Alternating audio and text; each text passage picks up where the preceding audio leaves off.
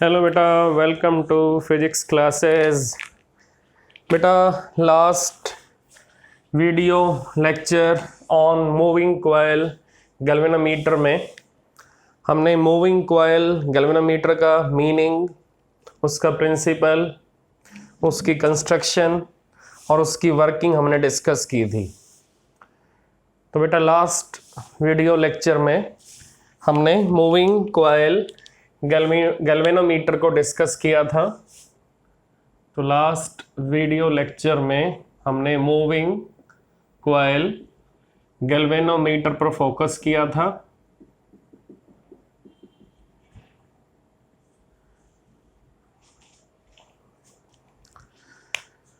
तो बेटा, moving coil galvanometer एक ऐसा डिवाइस है, it is a type of device which can measure, which can sense, which can detect very small amount of current। इसका meaning ये sense करेगा, ये मेजर करेगा, ये डिटेक्ट करेगा किसको? Very small value of current को, such as in milliampere, such as in microampere। तो बेटा, जो device very small amount of current को सेंस करेगा, डिटेक्ट करेगा, मेजर करेगा, so that device is known as moving coil galvanometer. That device is known as moving coil galvanometer. तो बेटा, हमने इसकी वर्किंग भी डिस्कस की थी, इसका प्रिंसिपल भी डिस्कस किया था। इसका प्रिंसिपल क्या था? Whenever a current carrying conducting coil placed in stronger magnetic field, then it will experience torque। तो बेटा, अगर वो टॉर्क फील करेगी, अगर वो टॉर्क एक्सपीरियंस करेगी, तो बेटा उसमें रोटेशन आएगा, उसमें डिफ्लेक्शन आएगी। तो बेटा, वो जो डिफ्लेक्शन है, वो जो रोटेशन है, वो हम स्केल पे प्रॉपर वे से मेजर करेंगे। तो बेटा, हम कॉइल की डिफ्लेक्शन को, कॉइल की रोटेशन को, कॉइल की रोटेशन को हम एक प्रॉपर स्केल पर मेजर करेंगे थ्रू पॉइंटर। तो बेटा, हमारे पास एक पॉइंटर होगा, पॉइंटर आपका कॉइल से अटैच होगा। जैसे कॉइल आपकी घूमेगी, पॉइंटर आपका स्केल पे चलेगा और हमें डिफ्लेक्शन का आइडिया स्केल पर मिलेगा। तो हमें डिफ्लेक्शन का आइडिया स्केल पर मिलेगा। पॉइंटर कितने डिवीजन में हमें डिफ्लेक्शन देगा? तो पॉइंटर डिफ्लेक्शन में जितने डिवीजन कवर करेगा, हम उससे डिफ्लेक्शन को मेजर करेंगे। तो बेटा, स्केल के ऊपर जब पॉइंटर चलेगा और पॉइंटर जितने भी डिवीजन कवर अप करेगा, बेटा वो डिवीजन हमें बताएंगे कि डिफ्लेक्शन आपका हाफ है या डिफ्लेक्शन आपका फुल है। तो बेटा, ये आइडिया हमें स्केल पर मिलेगा कि कॉइल का रोटेशन कितने डिवीजन कवर कर रहा है, कॉइल का रोटेशन, कॉइल की डिफ्लेक्शन कितने डिवीजन कवर अप कर रही है स्केल के ऊपर। तो बेटा, अब हमें लास्ट वीडियो लेक्चर में टॉर्क का फार्मूला मिला था कि deflecting torque is equal to NI AB sin 90। बेटा, ये 90 एंगल किसकी वजह से बना? That is due to radial magnetic field. तो बेटा, रेडियल मैग्नेटिक फील्ड की वजह से हमेशा मैग्नेटिक फील्ड में और एरिया वेक्टर में एंगल 90 डिग्री बना रहेगा। तो बेटा, उस एंगल की वजह से टॉर्क आपको हमेशा मैक्सिमम मिलेगा। तो अब चेक करते हैं, NIAB sin 90 किसके इक्वल आएगा? That is NIAB, equation number 1। और बेटा, फिर हमने फाइंड आउट किया था कि restoring torque equal to C phi। और आपको मालूम होना चाहिए, in equilibrium deflecting torque is equal and opposite to restoring torque। deflecting torque is equal and opposite to restoring torque। तो बेटा अगर डिफ्लेक्टिंग टॉर्क में कॉइल की रोटेशन एंटी क्लॉकवाइज है तो बेटा रेस्टोरिंग टॉर्क में कॉइल की रोटेशन क्लॉकवाइज हो जाएगी, कॉइल की रोटेशन क्लॉकवाइज हो जाएगी। तो डिफ्लेक्टिंग टॉर्क आपका बिल्कुल अपोजिट होगा रेस्टोरिंग टॉर्क से।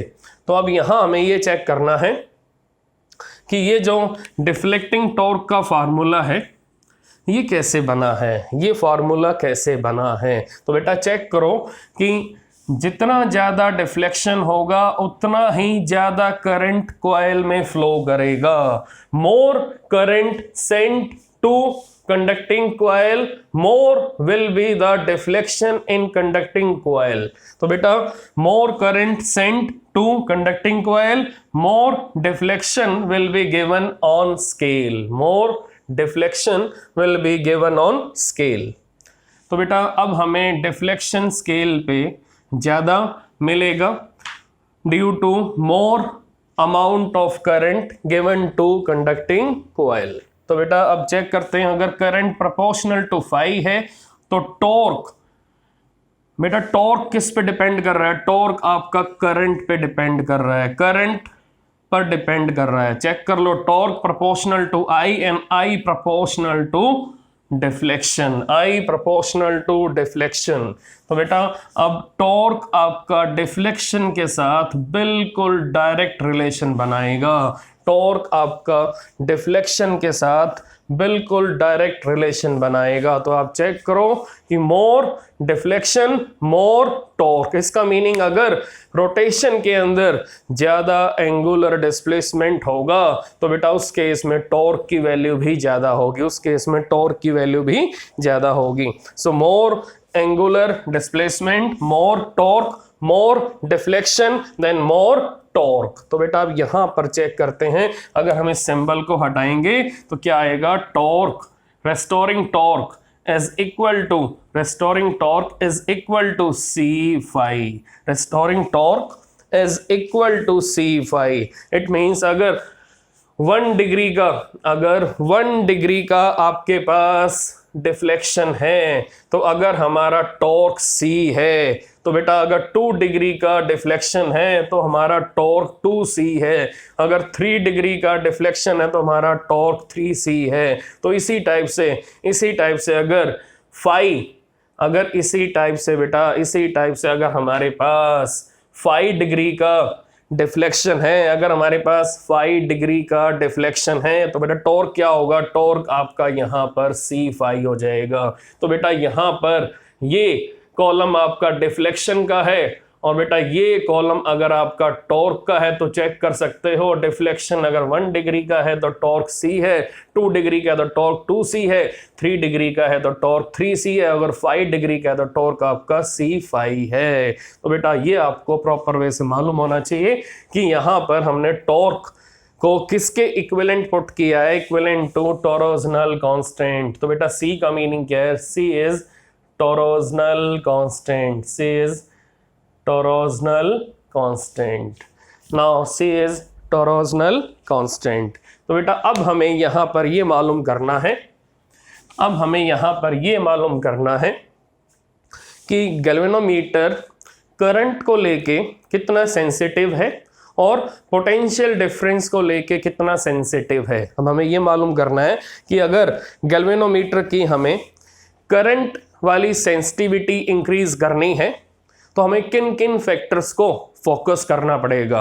अगर हमें गैल्वेनोमीटर की पोटेंशियल डिफरेंस वाली सेंसिटिविटी को इंक्रीज करना है तो हमें किन किन फैक्टर्स पर फोकस करना पड़ेगा। तो अब हमें यह चेक करना है कि जो गैल्वेनोमीटर है उसके अंदर जो डिफ्लेक्शन आ रहा है, अगर वो डिफ्लेक्शन करंट के करस्पॉन्डिंग आ रहा है तो बेटा वो डिफ्लेक्शन आपका करंट के करस्पॉन्डिंग कितना सेंसिटिव होगा वो हमें यहाँ मालूम करना है। उसी टाइप से अगर गैल्वेनोमीटर के अंदर डिफ्लेक्शन आपका पोटेंशियल डिफरेंस के करस्पॉन्डिंग आ रहा है तो हमें ये चेक करना पड़ेगा कि गैल्वेनोमीटर आपका पोटेंशियल ड्रॉप के लिए कितना सेंसिटिव है, गैल्वेनोमीटर आपका पोटेंशियल ड्रॉप के लिए कितना सेंसिटिव है। तो उसके लिए हमें 2 टाइप की सेंसिटिविटी को चेक करना पड़ेगा। सबसे पहले हम चेक करेंगे करंट वाली सेंसिटिविटी। तो सबसे पहले हम चेक करेंगे करंट, सबसे पहले हम चेक करेंगे करंट सेंसिटिविटी। तो बेटा करंट सेंसिटिविटी के लिए हमारे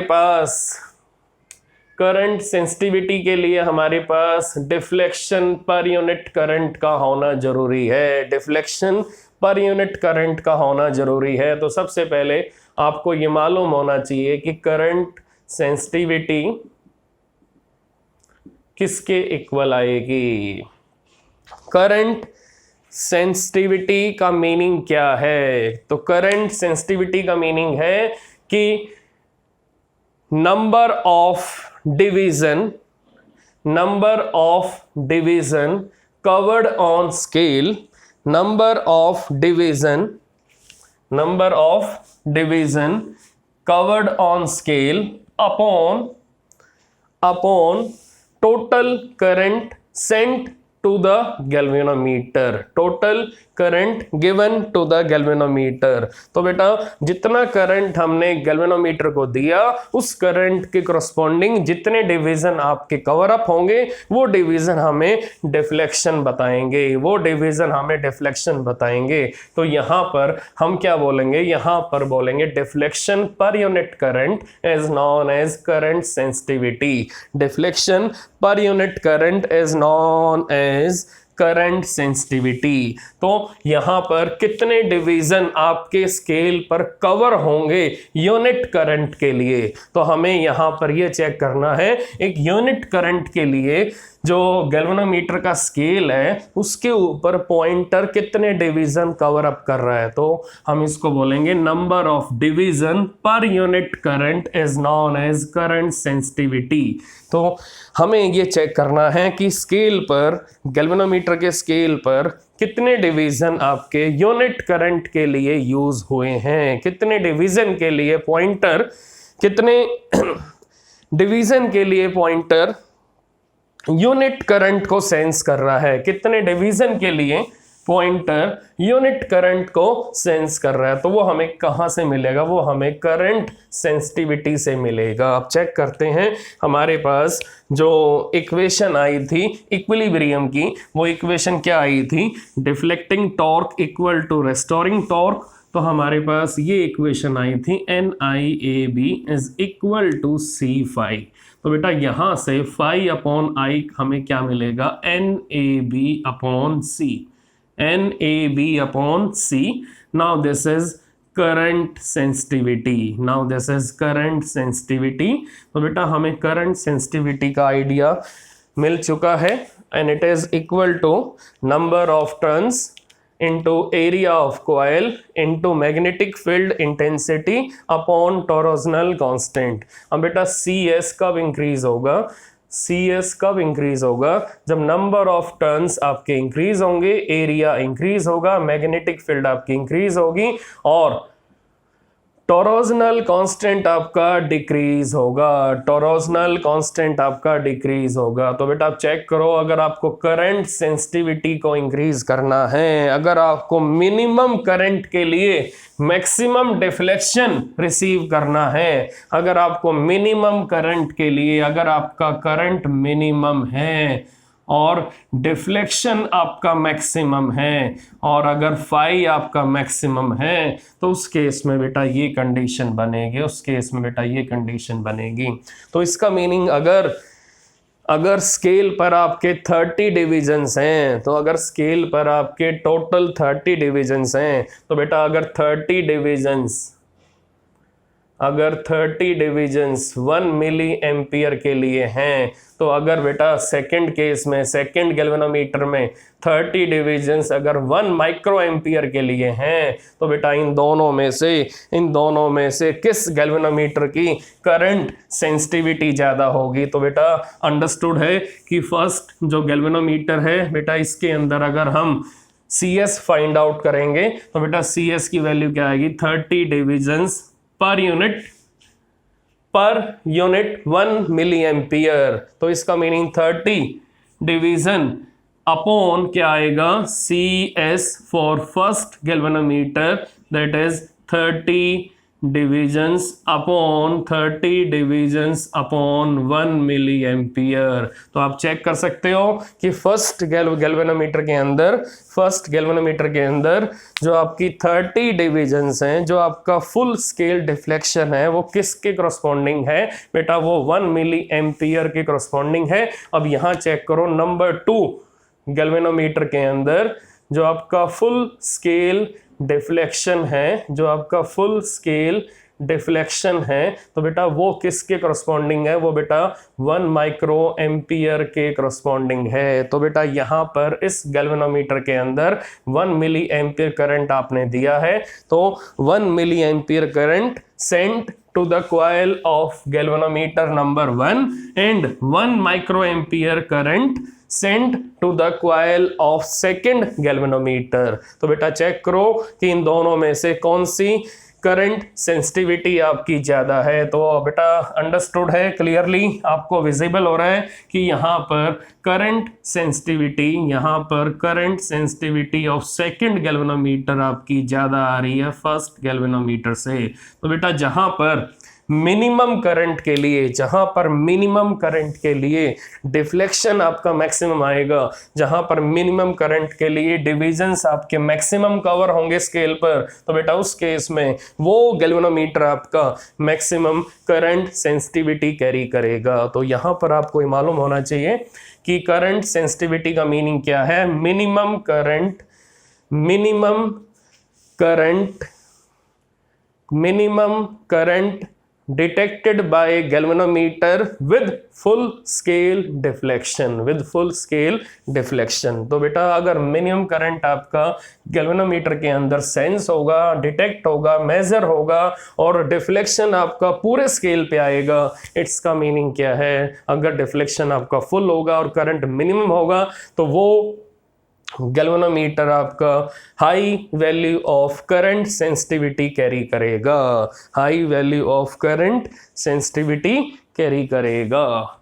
तो बेटा करंट सेंसिटिविटी की जो यूनिट आएगी, यूनिट आपके सामने है, that is number of divisions upon current. तो बेटा नंबर ऑफ डिविजन्स आपके सिंपल नंबर है और अपॉन में करंट है। तो करंट अगर आपका एम्पियर यूनिट कैरी करेगा, तो बेटा एम्पियर अगर नीचे आएगा, तो बेटा यहाँ पर अगर हम करंट सेंसिटिविटी की यूनिट को पुट करेंगे, अगर हम यहाँ पर करंट सेंसिटिविटी की SI यूनिट निकालेंगे, तो बेटा सिंपल यूनिट आएगी। सिंपल फॉर्म में हम यूनिट फाइंड आउट करेंगे। तो चेक करते हैं क्या यूनिट आएगी करंट सेंसिटिविटी की। तो current sensitivity is equal to deflection upon current. तो बेटा डिफ्लेक्शन का मीनिंग आप that is number of divisions upon current. It means current sensitivity is equal to radian upon ampere और डिवीजन अपॉन एम्पियर। तो बेटा current sensitivity की SI unit क्या आएगी? रेडियन एम्पियर इनवर्स और डिवीजन एम्पियर इनवर्स। तो बेटा आप दोनों टाइप की SI यूनिट यूज कर सकते हो, रेडियन एम्पियर इनवर्स और division ampere inverse. So radian ampere inverse and division ampere inverse.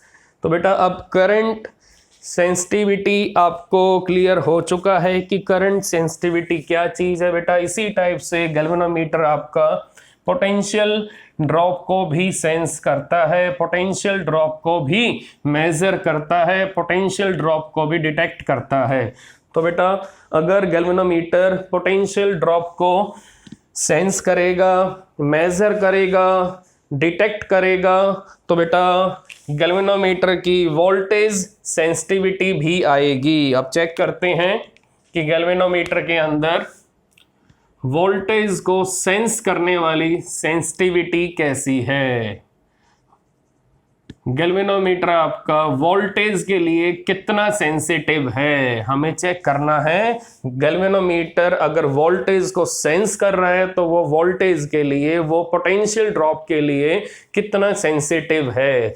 तो उसके लिए हमें इसकी वोल्टेज सेंसिटिविटी निकालनी पड़ेगी। तो बेटा वोल्टेज सेंसिटिविटी का फॉर्मूला क्या बनेगा, that is deflection upon potential difference, that is deflection upon voltage, that is deflection upon voltage. तो बेटा आप चेक करो, डिफ्लेक्शन अपॉन वोल्टेज, ये आपका वोल्टेज सेंसिटिविटी का फॉर्मूला बना है।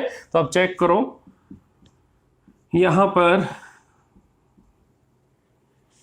वोल्टेज सेंसिटिविटी के अंदर पोटेंशियल ड्रॉप किसके इक्वल होगा, that is I into are.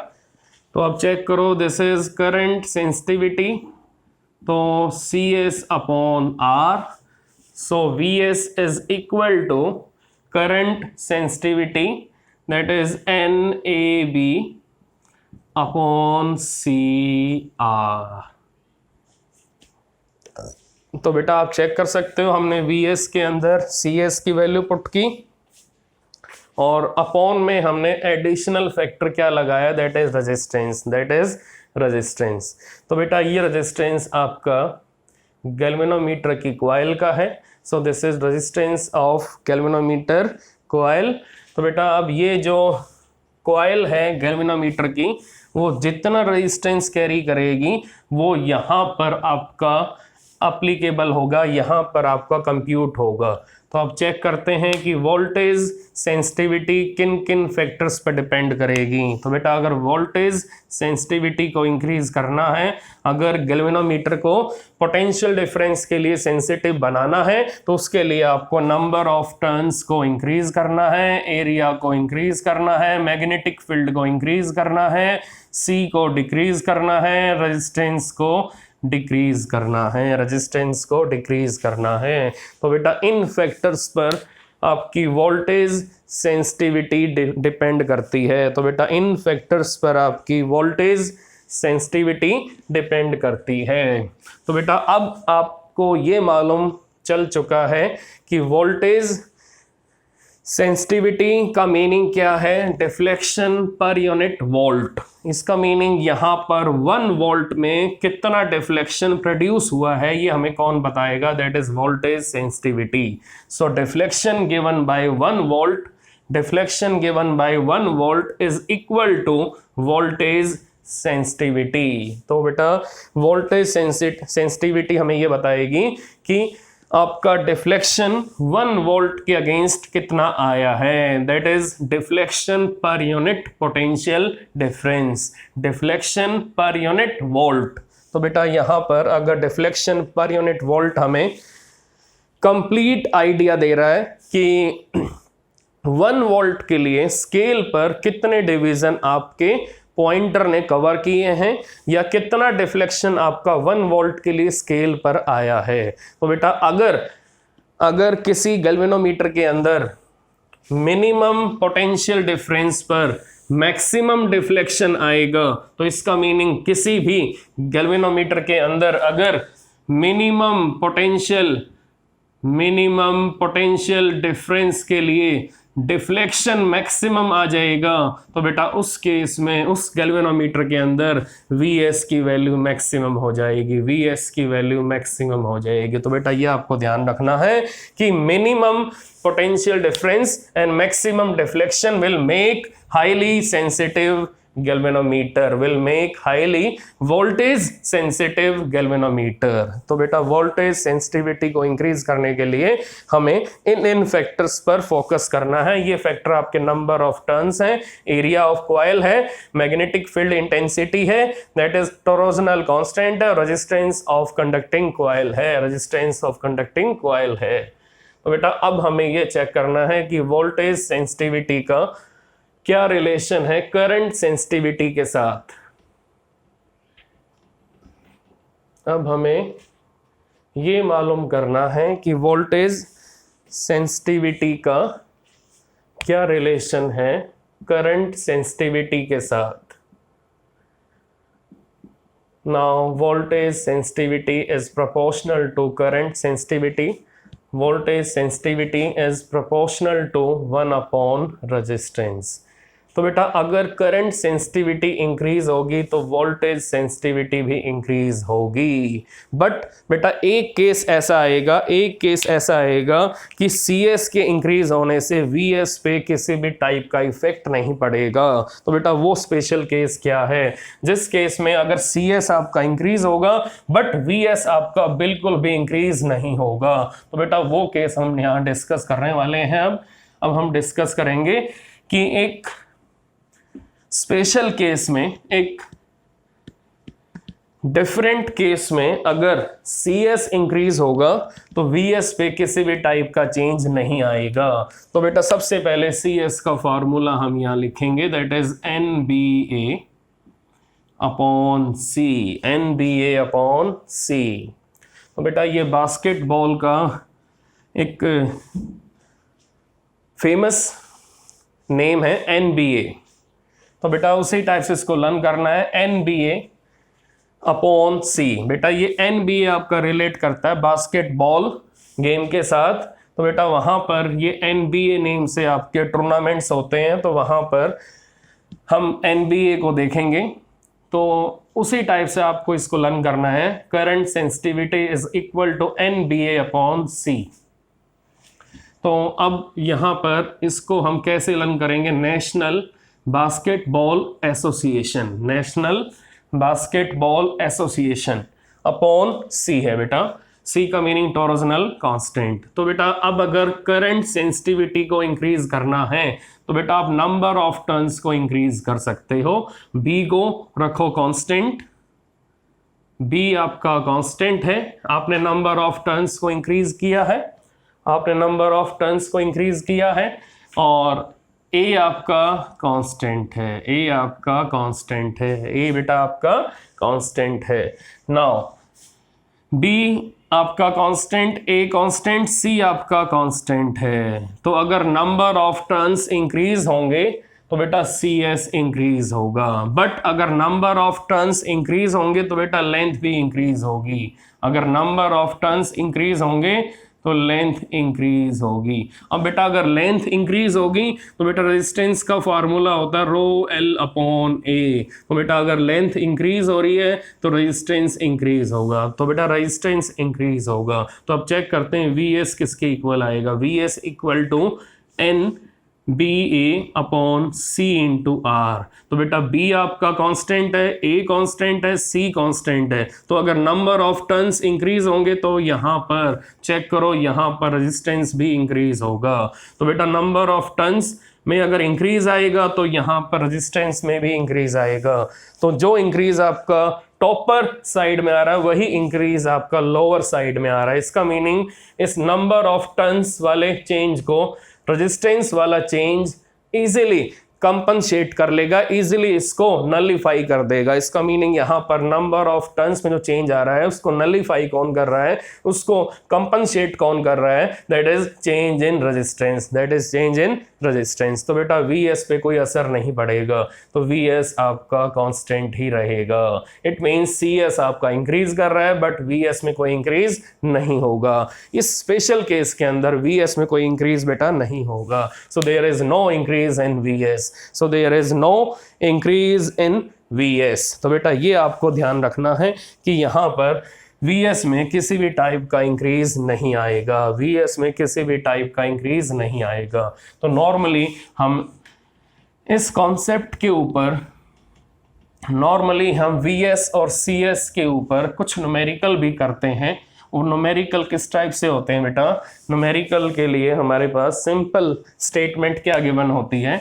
अगर VS आपका CS अपॉन R है तो अगर हम CS को इंक्रीज करते हैं, इंक्रीज बाय 20%, और रेजिस्टेंस को हम रिप्लेस करते हैं, रेजिस्टेंस को हम रिप्लेस्ड बाय 2R करेंगे, तो बेटा वोल्टेज सेंसिटिविटी पर क्या डिफरेंस आएगा? बेटा न्यूमेरिकल क्या है कि अगर हम करंट सेंसिटिविटी को इंक्रीज करते हैं बाय 20%, अगर हम करंट सेंसिटिविटी को इंक्रीज करते हैं बाय 20%, तो बेटा रेजिस्टेंस को अगर हम रिप्लेस करते हैं बाय 2R, तो बेटा Vs पे क्या डिफरेंस आएगा? तो ये बेटा इनिशियल वैल्यू है Vs की।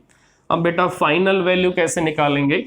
तो उसके लिए हमें सबसे पहले फाइनल करंट सेंसिटिविटी को यहाँ पर कंप्यूट करना पड़ेगा। तो अब ये आपकी फाइनल करंट सेंसिटिविटी पहले से कितना इंक्रीज हुई है बेटा? पहले से ये 20% इंक्रीज हुई है।